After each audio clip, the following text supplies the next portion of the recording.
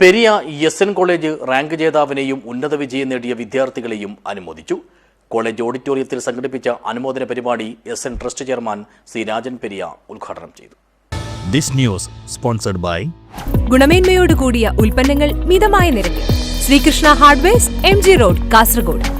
Kannur university BBA tourism travel മാനേജ്മെന്റിൽ 1ാം rank നേടിയ ഫിദ ഫാത്തിമ, BCom CAക്ക് A+ഓടെ ഉന്നത വിജയം നേടിയ ആകാശ് ബാലകൃഷ്ണൻ, +2 മുഴുവൻ വിഷയങ്ങളിലും A+ നേടിയ ദേവനന്ദ എന്നിവരെയാണ് പെരിയ ചാലിങ്കാലിലെ Sreenarayana college of management studies അനുമോദിച്ചത്.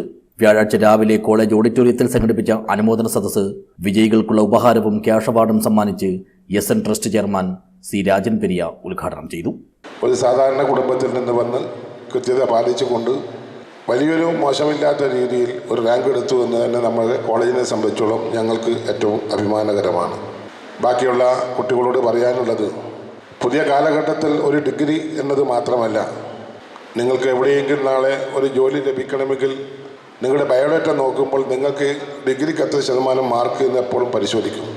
ആ പരിശോധിക്കുമ്പോൾ ഏറ്റവും പിറകോട്ടുള്ള ശതമാനമാണെങ്കിൽ നിങ്ങൾ ജോലിക്ക് ചെന്ന അവിടുത്തെ ആ സ്ഥാപനത്തിൻ്റെ ഉടമകൾ നെറ്റിച്ചൊടിക്കുന്നുണ്ടാവും.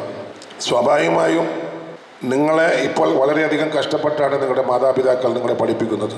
കാരണം ഈ സെൽഫ് ഫിനാൻസിങ് കോളേജിൽ പഠിക്കുന്നത് തന്നെ ഗവൺമെൻറ് കോളേജിൽ സീറ്റ് കിട്ടാത്തത് കൊണ്ടും അതുപോലെ തന്നെ +2 നിങ്ങളുടെ മാർക്കിൻ്റെ ശതമാനം കുറഞ്ഞതുകൊണ്ടുമാണ്.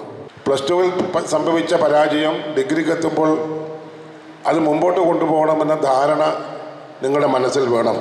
ചടങ്ങിൽ കോളേജ് വിദ്യാഭ്യാസ സമിതി ചെയർമാൻ KV ബാലകൃഷ്ണൻ മാസ്റ്റർ അധ്യക്ഷനായി.